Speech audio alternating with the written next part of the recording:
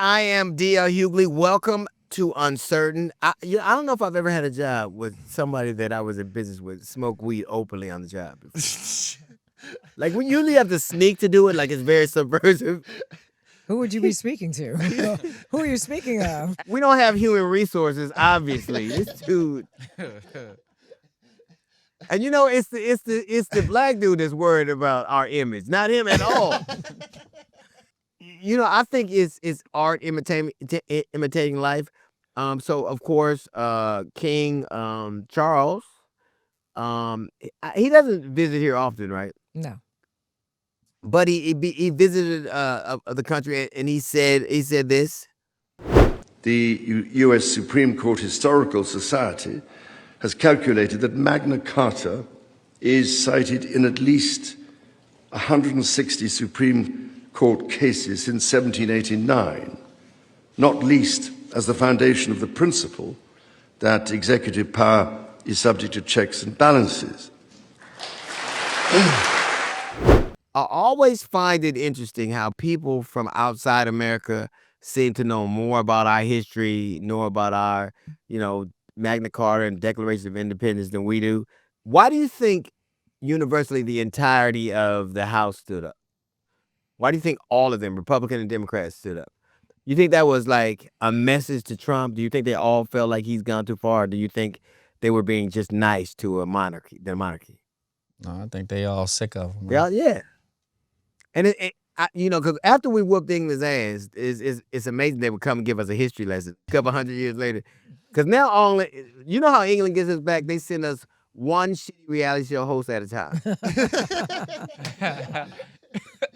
They're always coming back with reality show. And so a lot of it, obviously there's a lot has transpired. I didn't think, like, it was definitely not on my bingo card to have me agreeing with Van Jones about much of anything. But in regards to, all of the dust up about the potential assassination of Trump and all of the heated rhetoric behind it, he said this.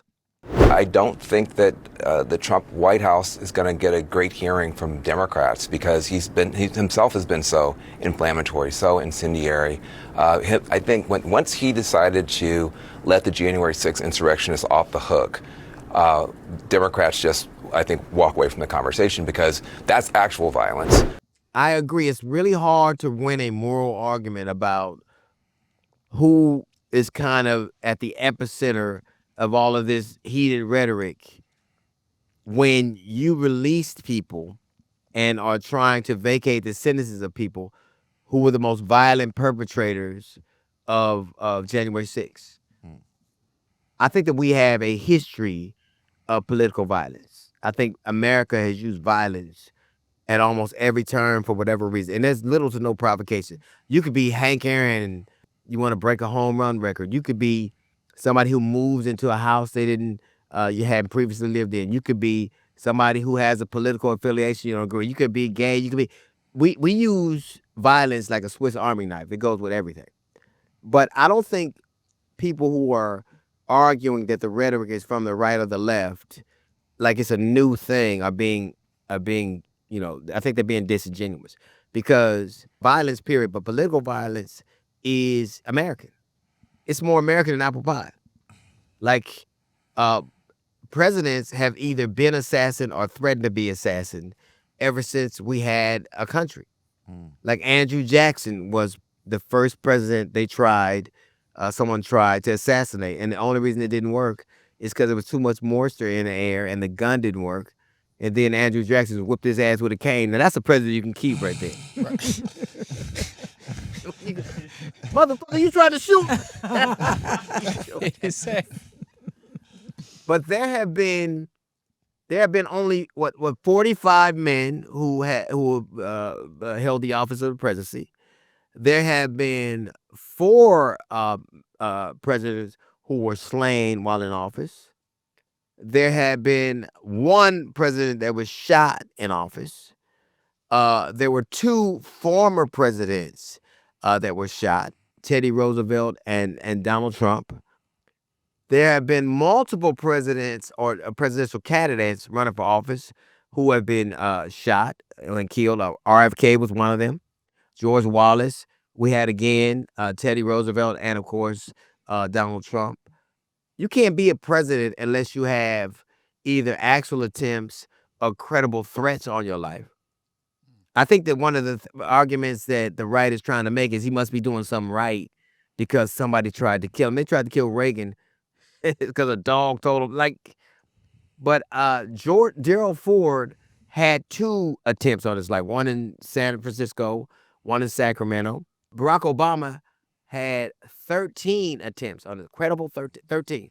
People are That we forgetting know that of. That we know of. right. I'm like, yo. The ones that they didn't tell us about. Right. Somebody actually shot at the White House while he was in it. George Bush has had them, Junior and Senior. As a matter of fact, many people believe that one of the reasons that George Bush Jr. Attacked Iraq was because of their attempt on his father. Bill Clinton has had credible attempts. So the problem in America is political violence against president isn't new, it's retro. It is literally more American than baseball, apple pie, hot dogs. Killing presidents is pretty much what we do. Now I don't know, and a lot of people, and we talked about this, Jasmine, on a few occasions. You think that in that ballroom, you thought that was staged, right? Yes. Why do you think it was staged? I think it was staged because, first of all, I don't understand how this guy was able to get past so much Secret Service. Now, you could say it's the fact that they are not well experienced. You could say all of that. But when you When a consider... motherfucker tries to shoot you 3 times, you should have experience. Well, not only that, this guy continued to eat his salad. It was like there was no sense of urgency. You could clearly see the president still standing there. I thought protocol would be you would swiftly remove him and take him someplace safe. Why is he still in the building? Right. And why did you there get was the no vice sense of president out urgency. before him? Correct. But who was the worst? You see, RFK got the fuck out of there. And It's one person that knows about assassination. It's a Kennedy, goddamn. It ain't no toilet seats in here anyways. He told his wife, go back to Curb Your Enthusiasm. I'm getting the fuck out. He left her behind. He left it behind. But I don't believe that it was staged in that they planted this guy who came. I believe they knew he was coming and tried to leverage it for whatever kind of political advantage it would yield them or sympathy. Because when a guy is sinking in the polls. So I grew up here in South Central Los Angeles. I didn't have a degree, no credit history, and nobody really showed me how any of this worked. Bad credit will hold you back just as fast as no money will. And I wish that I'd had something like Kickoff back then. Kickoff is the #1 credit building app in the App Store. Plans start at just $5 a month. No credit check, no hidden fees, no interest. It builds your payment history, credit mix, and utilization all at once. Users under 600 grow an average of 86 points just by paying on time. They even report your rent payments to help boost your credit faster. If you got a tax refund coming, put a little bit towards something that actually builds your future. Get your first month for just $1, 80% off at getkickoff.com/uncertain. That is kickoff without the C. Must sign up via kickoff.com/uncertain to activate offer. Offer applies to new Kickoff customers first month only, subject to approval. Offer subject to change. Average first year credit score impact of plus 86 points between August 2024 and August 2025 for Kickoff credit account users who started at a score below 600, who paid on time and who had no delinquencies or collections out of their credit profile during the period. Late payments may negatively impact your credit score. Individual results may vary. The reason that we're here right now, the level of cynicism we have is because Donald Trump lies all the time about everything. So even if it were true, it's going to be greeted with a level of cynicism because he prevaricates so much. But I find it hard to believe that a man traveled all the way across the country with all these guns and stayed in a hotel and was even when he wrote his manifesto, and I've never seen a black dude write a manifesto before, so that was interesting to me. It's the first time. He's so polite. I've never seen a black dude. That's because generally we know it's a lie. We know it's a white dude when it says in custody. Like when it says in custody. Right. But this time it was This is a black actually the dude. first. And even he remarked about how lax security was. Like he didn't apparently run up against what he thought would be there. Like he thought that there would be more security. But how this Please just play this scenario out again. You saw the video. I did. He ran past armed officers. Right. Running, a black man running. When have you known a black man to be running from any type of the law who has a gun that didn't get popped in the back? The only time a black dude gets to run past officers and not get shot is when it's on the football field. That's pretty much to the 40, to the 50, to the 30. Like, that's it. I think that when you were talking, it was so many things, like the way that they rushed out the secondary instead of the principal, the way that there was no sense of urgency. We have this woman getting wine and champagne. Stealing wine from. People are taking selfies. They're taking selfies. They're taking like nobody's Dana trying White, to leave. Like, it was great. Like, everybody talking about how fun it was. Man. Yeah. But the agent, this is an agent from CA. I haven't been with that agency in years, but I tell you this. This is how I believe that there may be some merit to what you're saying. Because the one thing an agent gonna know is a shitty acting job. and also what's confusing is everybody that was there, all the media was there. The reason that they hadn't had the correspondence dinner with regularity is because Donald Trump doesn't like to be butt of jokes. As a matter of fact, many speculate that he ran for president because of this joke that Barack Obama told about him. There's a vicious rumor floating around that I think could really hurt Mitt Romney. I heard he passed universal health care when he was governor of Massachusetts. Someone should get to the bottom of that. And I know just the guy to do it. Donald Trump is here tonight.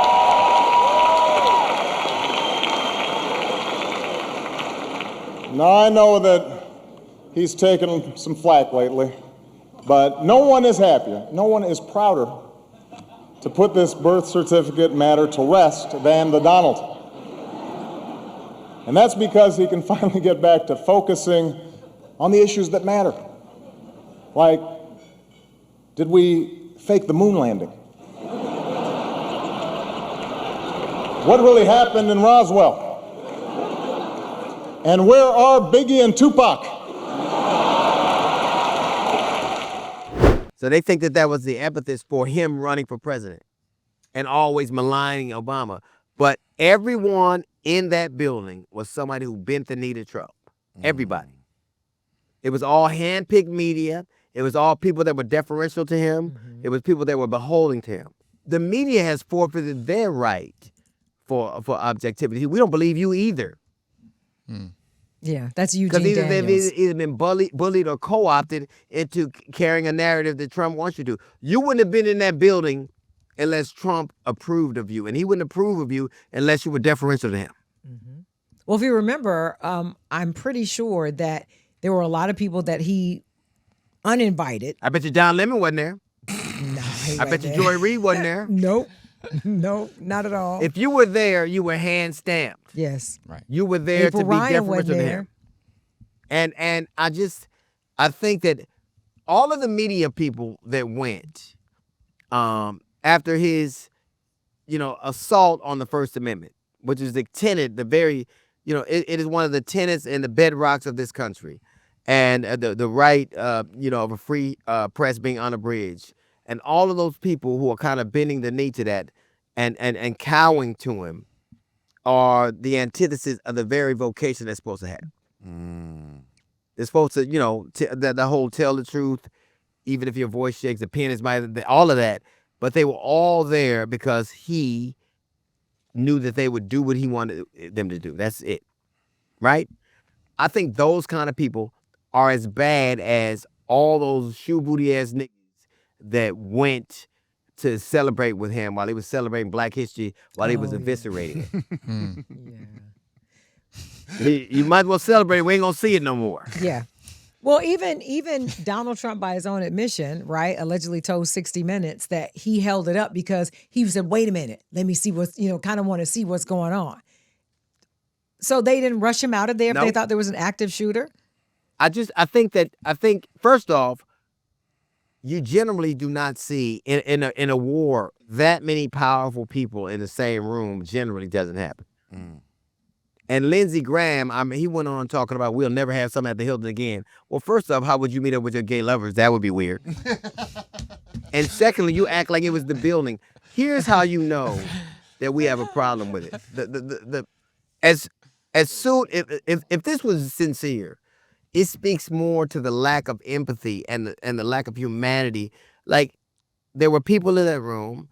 After it was over, there was not a call for calm. There was not checking on the patrons and the attendees to see if they were all right. There wasn't a call to cool down heated rhetoric. There wasn't prayer. There wasn't call for sensible gun laws or for expansion of mental health. What he asked for was a ballroom and for a comedian to get fired. Mm-hmm. That's what he asked for, a ballroom and for a comedian to get fired. And I think it's clear that the Trump administration hates comedians way more than they do pedophiles. Like, a punchline is apparently more detrimental than the Epstein list. Right. And the fact that Melania was so offended by a joke, how does she understand it? I never understand the shit she says. Like, she was more offended by a joke than the fact that her and her husband were friends with somebody who trafficked children. That's crazy to me.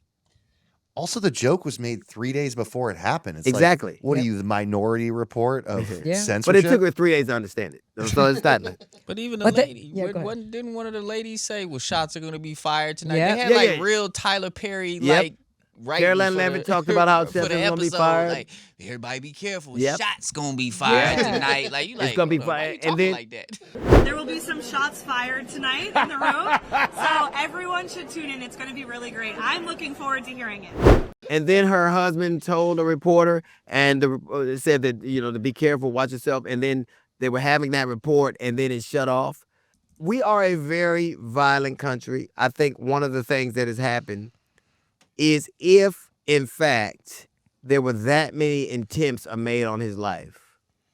We never see, whether it was Butler or whether it was Mar-a-Lago now, we're going to see these for a little, like Butler, we don't know anything about that guy anymore. We never hear about him. Nope. The one, the alleged attempt at Mar-a-Lago, we don't know anything about him. And this one, I suspect that it's going to be over pretty soon. Because I think that first off, if somebody tried to kill me that many times, one thing I wouldn't do is fall asleep in a meeting. I know that. I would have what they say in help. I need to see you straight on. I need to see you. Square on. I'm not feeling ready. And the other thing is, I know gang members that got shot and changed.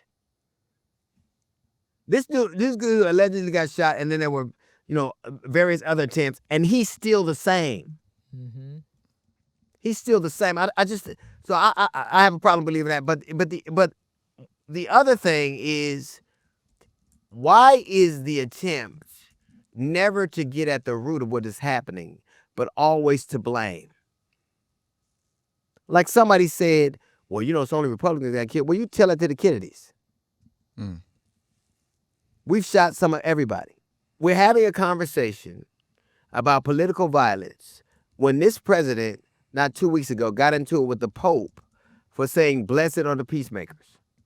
We had J.D. Vance, who's supposed to be a Catholic, tell the Pope basically to mind his own business. The business of the Pope is protecting life, is being God's vessel on earth.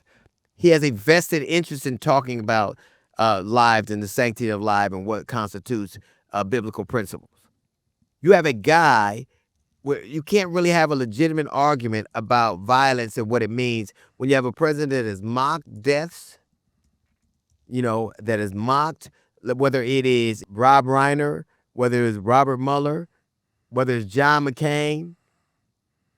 We have a man that 2 weeks ago talked about killing 92 million people.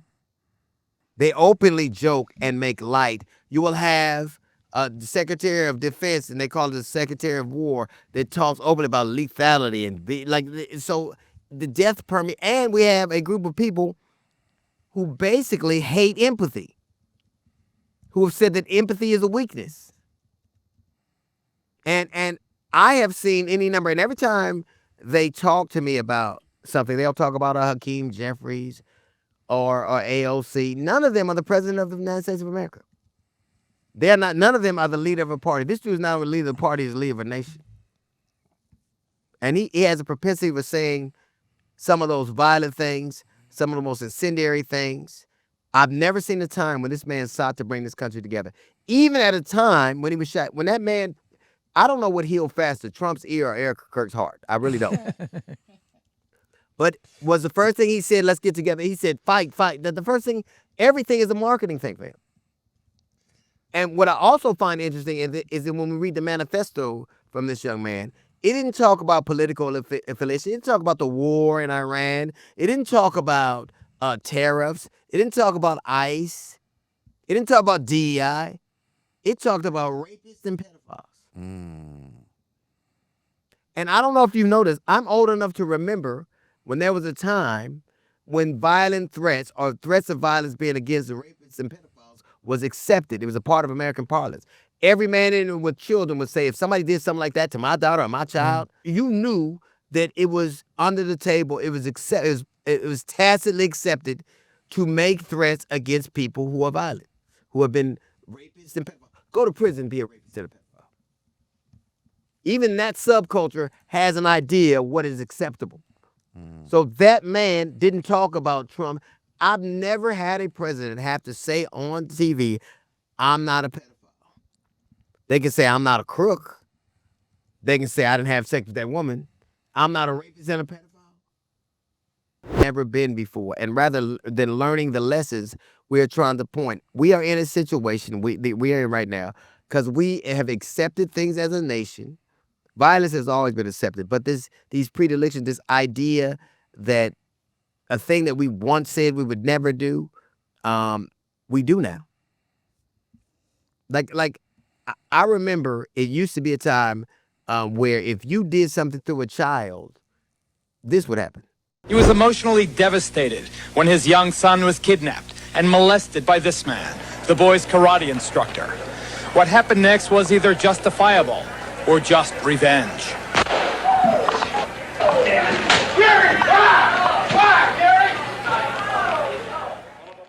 He's a hero. You turn him loose, jury will disregard. You turn him loose! And when that man said, turn him loose, let him go, everybody got it. As a matter of fact, even in that movie, in Mississippi, this is how bad it is. Even in a movie, a black man killed 2 white people and blew off another white dude's leg and got off in Mississippi. You can't write that shit in Hollywood. They did touch Even the the director at the correspondence didn't want, I don't believe that shit. No. I am here and I'm so excited to share C15 from Fatty 15 with you. It is the very first essential fatty acid discovered in over 90 years and a breakthrough for healthy aging. Co-founder Dr. Stephanie Vin Watson discovered C15 while she was working with the U.S. Navy on aging dolphins. Based on 100+ studies, C15 is a foundational nutrient that strengthens both cells and slows aging at a cellular level. Without enough C15, cells become fragile, leading to the discovery of some of the first new nutritional deficiency in over 75 years. Cellular fragility is called cellular fragility syndrome, affecting as many as 1 in 3 people worldwide. Fatty 15 repairs age-related cell damage, protects cells from breakdown, and supports sleep, cognitive health, and metabolism with 3 times more cellular benefits than omega-3 EPA. 70% of customers, they feel benefits within 16 weeks, including deeper sleep and healthier hair and skin and nails. Is science-backed, award-winning, patented, 100% pure and vegan-friendly and free of allergens and preservatives in a beautiful reusable glass and bamboo jar with refills shipped right to your door. Fatty 15 is on a mission to optimize your C15 levels to help support your long-term health and wellness, especially as you age. You can get additional 15% off from their 90-day subscription starter kit by going to fatty15.com/uncertain and using the code uncertain at checkout. Once you start accepting certain behaviors, you got to go for the whole ride. You have to go for the whole ride. It used to be that everybody wanted the Epstein list revealed. Then all of a sudden, when they saw the people who were on it, it used to be a time you threatened pedophiles. Now you vote for them. And when you vote for them, now you have to contort yourself to make sure that your morality lines up with something you can accept. We have made it safe for rapists and pedophiles to be in our cabinet positions, to be making high-ranking positions in our government, to have a voice. Like Jim Jordan, who is a congressman from Ohio, was over the Epstein files, but was named in a lawsuit for turning his back while kids at Ohio State were getting molested. I remember, like Megyn Kelly, a couple of months ago, when she was talking about Jeffrey Epstein, she was talking about the age of the girls, right? Mm-hmm. Yeah. Then she has on Russell Brand, right? Have you ever seen a pedophile or somebody so casually have a conversation with a woman and talk about well, I had sex when I was 30, I had sex with a 16-year-old. In the United Kingdom where I'm from, the age of consent is 16, and I did sleep with a 16-year-old when I was 30. But when I was 30, I was a very different person. I was a lot younger, and I was an immature 30-year-old. Consensual sex, actually, with a variety of people, when there is a strong power differential, as there is when you're a famous man that has the ability to attract women that I had at that time, I think involves exploitation. I think it is exploitative. I recognize that my sexual conduct in the past was selfish, and I did not apply enough consideration, barely any, I suppose, really, to how that sex was affecting other people. But it was legal where I'm from. And my question, immediately I said, well, if it was legal for you, how come it wasn't legal for King Charles' brother? He's a prince in the same country. And people act like legality is morality. It is not. It's always wrong for a grown man to have a 30-year-old man to have sex with a 60-year-old. Now, we could do it. You could do it. You could write laws to do it. Slavery was always wrong. It was always wrong. You can wrap yourself around doing it. But the fact that he felt so comfortable, you to think they thought they were talking about his next movie or his latest book. Well, they were talking about his latest book, rather than the fact that he admittedly, unabashedly had sex with a 16-year-old. I was disgusted by it because in my mind, I'm thinking he's talking to a female.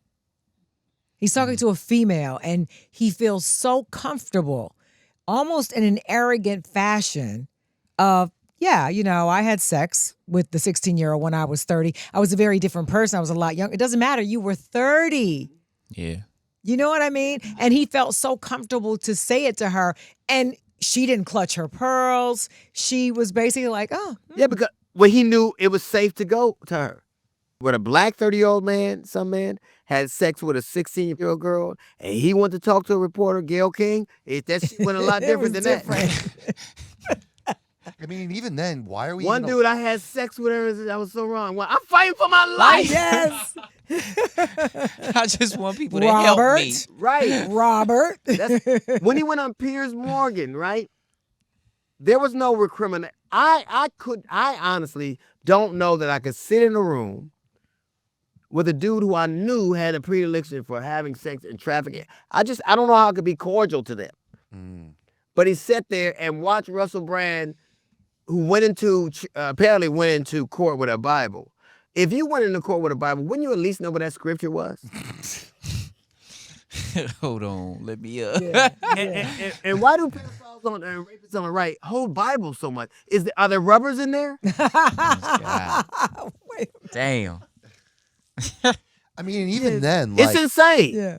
And even then, like, Russell Brand has 7 charges for rape and sexual assault in London. He has another lawsuit here. Like, it's insane that Megyn Kelly, Tucker Carlson, Piers Morgan, all these people platform him, and it's because, they're the same. They're the same. They are the same. One thing is clear: they hate comedians and black people on the right way more than they hate rapists and pedophiles. Yeah, which is why they love Rogan and Tony Hinchcliffe. They do. And Andrew Tate. It's the things that just are accepted in parlance that we would never accept. Do you know why R. Kelly went to jail? Because black people said he should. 100%. We work in black radio. They were like, don't play his music no more. The reason Bill Cosby went to jail because black women said, like, at a certain point, either you believe in protecting women and children or you do not. But the fact that they have so many people in this sphere who has a predilection is a couple. When somebody on the right tells me they love Jesus, I know that they tolerate pedophilia and rape and hate niggas. I believe it. Nah, yeah. He was so calm. He reminded me of, like, you know, them little true crime docs when a serial killer like eating a cheese sandwich. Like, yeah, I put her body in the trash can. You like, you just gonna eat a cheese sandwich like that? Like it doesn't matter? Like it don't matter? Yeah, I did it. What kind of cheese go with that? Is that brie? And I think that the things that we are seeing is that it's imploding on itself. Like, it was disgusting to watch a woman talk to a man about having sex with a 16-year-old and you weren't repulsed. Yeah. It is disgusting to watch a man talk to another man about his spirituality and about his convergence and about his getting closer to Christ and can't come up. Well, have you ever noticed that all of these white dudes who love Jesus, like the Russell Brands and the Donald Trump, can't quote a scripture? At all. Because they're mocking things. It's amazing to me that you love God, are trying to walk in Christ's light, but yet you countenance the things you do. You know what? It's so much going on. We're going to do a second episode. Woo! This is Uncertain. Thank you for tuning in.